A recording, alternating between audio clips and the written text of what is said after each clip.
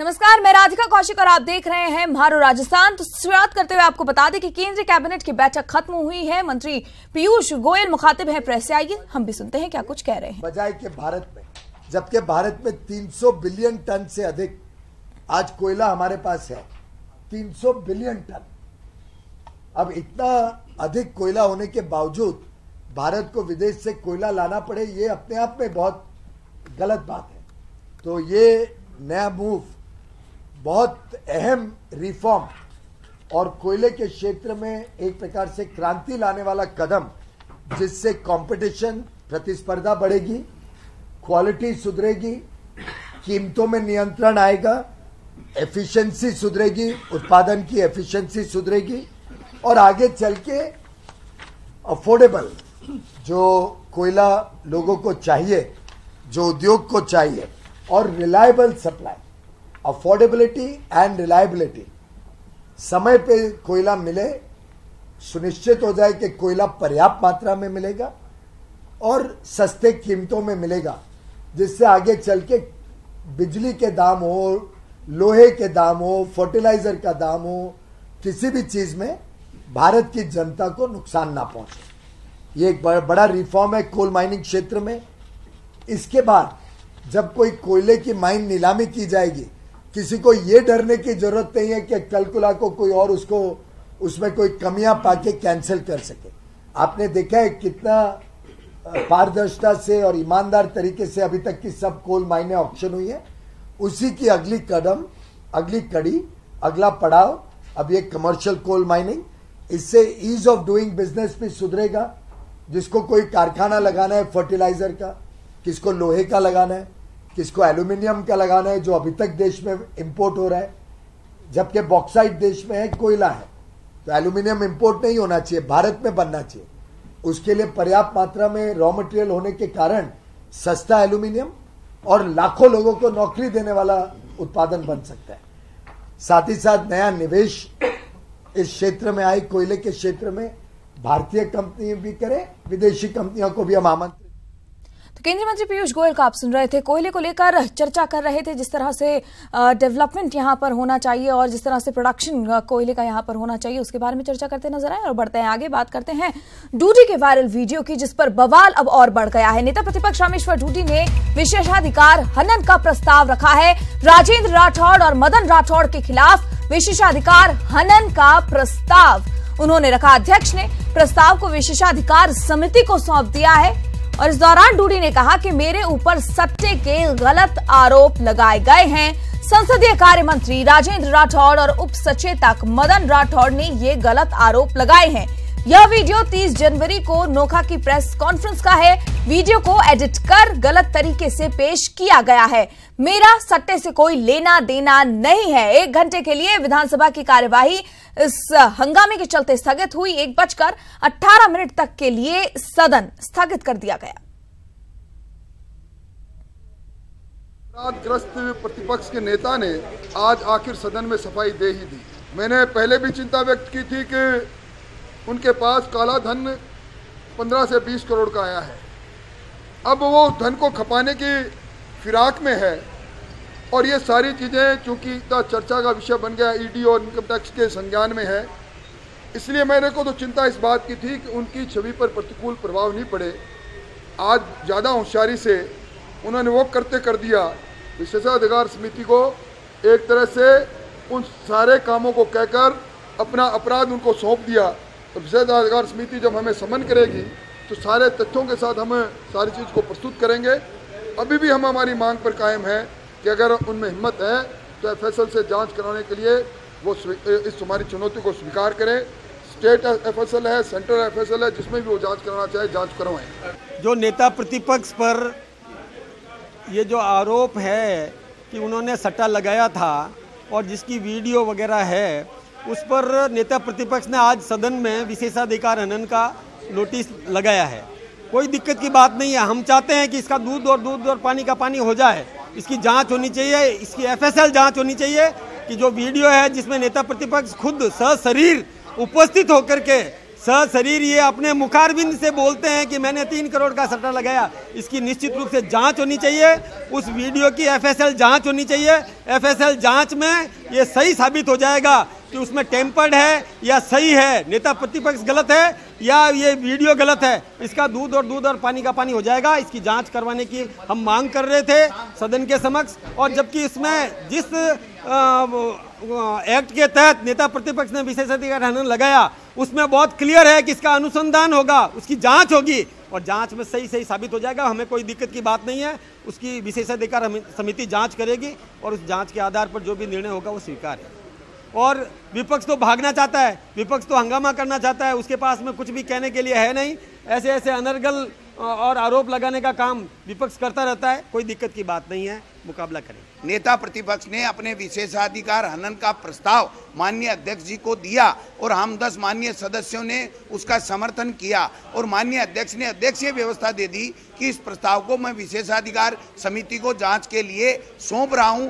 उस माननीय अध्यक्ष के आदेश की अवहेलना करके सत्ता पक्ष घमंड में चूर होकर के सत्ता के बल पर, संख्या के बल पर माननीय अध्यक्ष की व्यवस्था को भी मानने से इनकार करने लगा, तो मजबूर होकर के माननीय अध्यक्ष जी को 1 घंटे के लिए स्थगन को स्थगित करना पड़ा। इस प्रकार से सत्ता पक्ष ने, माननीय संसदीय कार्य मंत्री और गृह मंत्री जी ने आज सदन की परंपराओं का चीरहरण किया है, आज लोकतंत्र के साथ में भद्दा मजाक किया है। ये आने वाले समय में पूरे प्रदेश की जनता देख रही है, इनको जवाब देगी। और अधिक जानकारी के लिए हमारे संवाददाता सुधीर हमारे साथ जुड़ रहे हैं। आइए सीधे उन्हीं का रुख करते हैं। सुधीर, सबसे पहले जानना चाहेंगे, जिस तरह से अब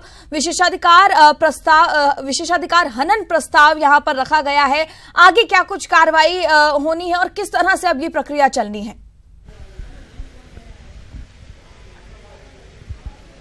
देखिए, सदन के अंदर विशेषाधिकार हनन का प्रस्ताव का मामला नेता प्रतिपक्ष रामेश्वर डूडी ने रखा। उन्होंने जो नियमों के तहत 10 सदस्यों के उस पर साइन होने चाहिए, उनकी हामी होनी चाहिए, उनके साथ में सदन में मूव किया। उसके बाद अध्यक्ष ने व्यवस्था देते हुए मंत्री राजेंद्र राठौड़ जो संसदीय कार्य मंत्री है और उप मुख्य सचेतक मदन राठौड़, इन दोनों के खिलाफ विशेषाधिकार हनन का प्रस्ताव विशेषाधिकार समिति को निर्दिष्ट कर दिया। यहाँ देखने वाली जोरदार बात यह है कि पहली बार विधानसभा अध्यक्ष कैलाश मेघवाल का एक नया रूप देखने को आया, जिसकी चर्चा भी है। उन्होंने साफ कहा आसन से खड़ा होकर, मैं ना सत्ता पक्ष का हूँ ना विपक्ष का, तटस्थ रह के उन्होंने जो नियमों के तहत कार्रवाई हो सकती थी उन्होंने की। इस बीच दोनों तरफ से जबरदस्त हंगामा हुआ इस मामले को लेकर। विशेषाधिकार प्रस्ताव को निर्दिष्ट करने के बाद सत्ता पक्ष के तमाम जो मंत्री हैं, सत्ता पक्ष के विधायक हैं, वो अपनी सीटों पर खड़े हो गए और इस मामले में जबरदस्त हंगामा किया। लेकिन विधानसभा अध्यक्ष तटस्थ रहे और उन्होंने इस मामले में जो प्रस्ताव मूव किया गया था उस प्रस्ताव को विशेषाधिकार समिति को सौंप दिया।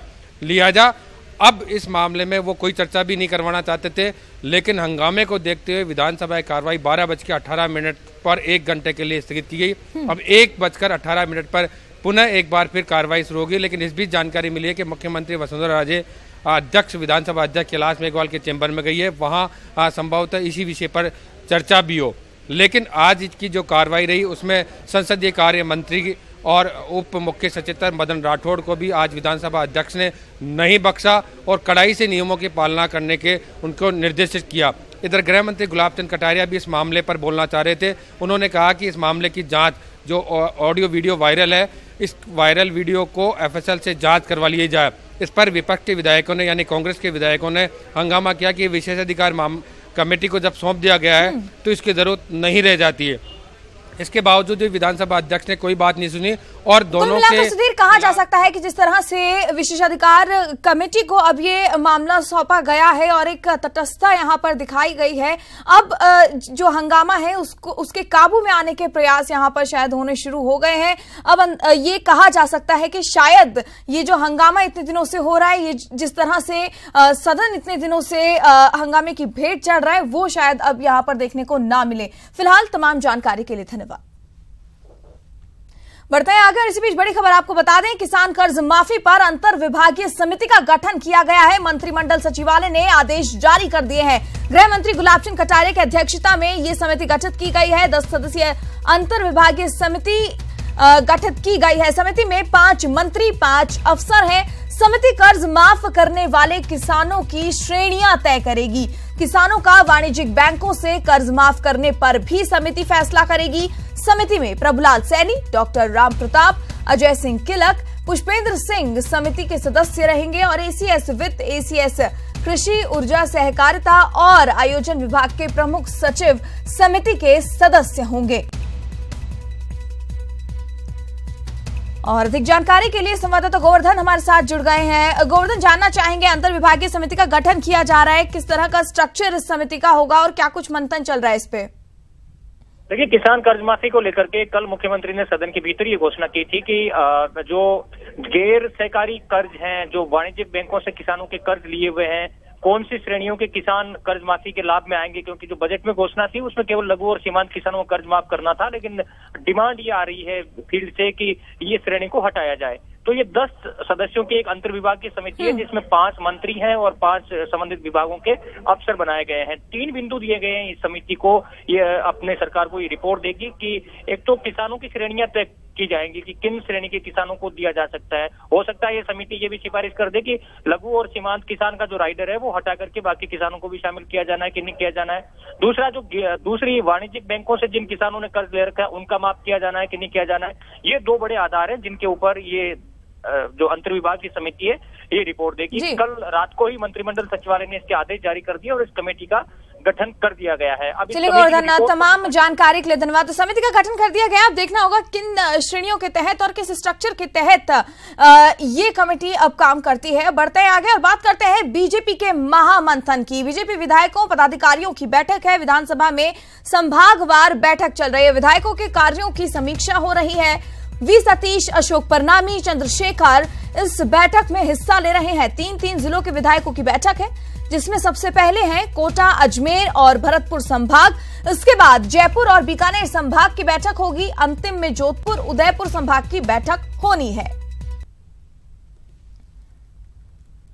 तो बीजेपी के महामंथन की चर्चा यहां पर कर रहे हैं। जिस तरह से परफॉर्मेंस नजर आया है भाजपा का, अगर उपचुनावों की बात की जाए तो यहां पर महामंथन की जरूरत और महामंथन हो भी रहा है। विधायकों और पदाधिकारियों की बैठक होनी है, संभागवार ये बैठक होगी, कार्यों की समीक्षा की जाएगी। वी सतीश, अशोक परनामी और चंद्रशेखर इसमें भाग ले रहे हैं। विधायकों के कार्यों की समीक्षा की जाएगी, जिस तरह से कार्य किए गए हैं, आगे किस तरह से वो कार्य होने हैं, इन पर बातचीत की जाएगी। और अधिक जानकारी के लिए संवाददाता सौरभ हमारे साथ जुड़ गए हैं। सौरभ, महामंथन चल रहा है, उपचुनावों में जैसा परफॉर्मेंस रहा है, जाहिर तौर पर उसको लेकर डिस्कशन यहां पर जरूर होता नजर आएगा।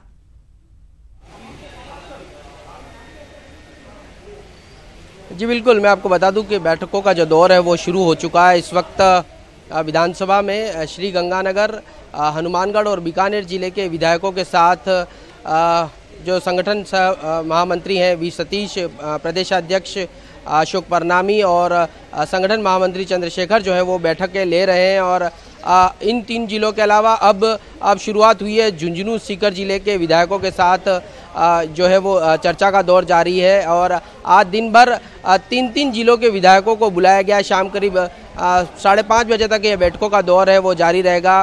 इन बैठकों में जो विधायक हैं उनसे उनके जो विकास कार्य हैं उनको लेकर जानकारी ली जा रही है। उनसे ये रिपोर्ट देने को कहा गया है कि किस प्रकार के विकास कार्य आप लोगों द्वारा इन क्षेत्रों में अपने अपने क्षेत्रों में किए जा रहे हैं और किस प्रकार की स्थिति इन क्षेत्रों की फिलहाल है। साथ ही ये भी निर्देश दिए जा रहे हैं कि बजट में जो जिस प्रकार की घोषणाएं हुई हैं उन घोषणाओं को किस प्रकार से जनता के बीच में लेके जाया जाए, जिस प्रकार की राज्य सरकार की योजना है उनको जनता में किस प्रकार से प्रचारित किया जाए, इस प्रकार के निर्देश जो है वो दिए जा रहे हैं। इसके अलावा कर्ज माफी जो बड़ा मुद्दा है, कर्ज माफी को लेकर कहा जा रहा है कि जो वो अपने अपने क्षेत्रों में जाएं, किसानों को अवगत कराएं कि किस प्रकार से राज्य सरकार ने किसानों का 50,000 तक का जो लोन है उसे माफ़ किया है। इससे खास तौर पर बैठकों में साफ कहा जा रहा है कि कर्ज माफ़ी का जो मुद्दा है उसे गांव-गांव तक लेकर जाया जाए और लोगों को इस बारे में अवगत कराया जाए। साथ ही इन तमाम विधायकों से सरकार की जो योजना है उनको लेकर जानकारी ली जा रही है, उनके विकास कार्यों को लेकर। कहा जा सकता है जिस तरह का कार्य चल रहा है विधायकों से उसकी समीक्षा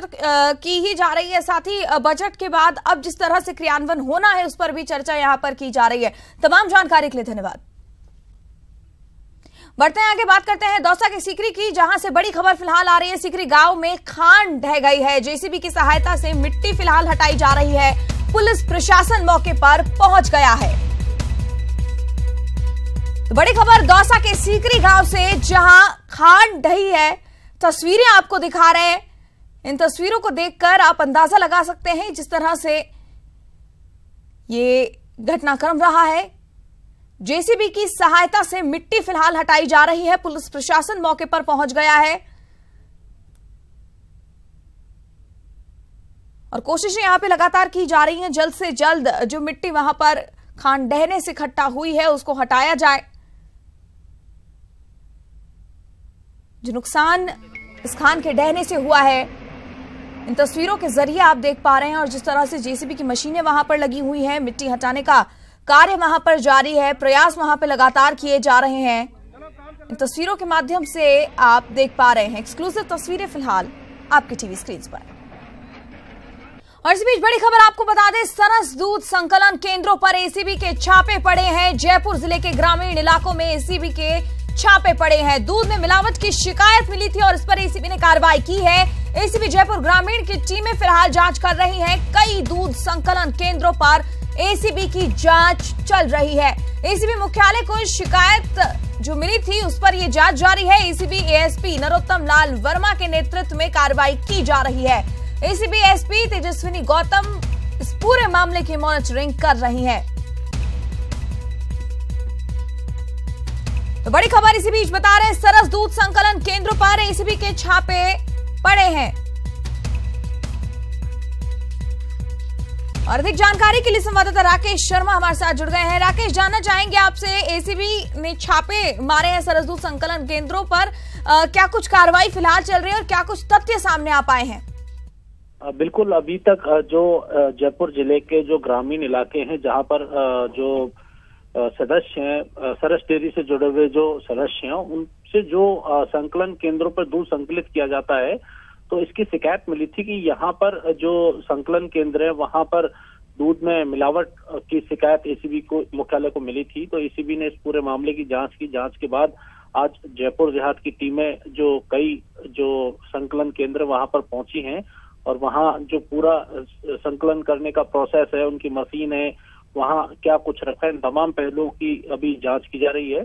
चूंकि एसीबी मुख्यालय से ये सारी टीमें गई हैं, सरस डेयरी की जांच पहले से एसीबी मुख्यालय में चल रही है, जिसमें मिलावट के साथ साथ जो पाउडर है या दूसरे जो अन्य जो उत्पाद डेयरी के हैं उनकी शिकायत भी एसीबी के पास में है। तो इस मामले में अभी एसीबी ने जांच शुरू की है और जांच में क्या कुछ सामने आता है ये कार्रवाई के बाद पता चल पाएगा।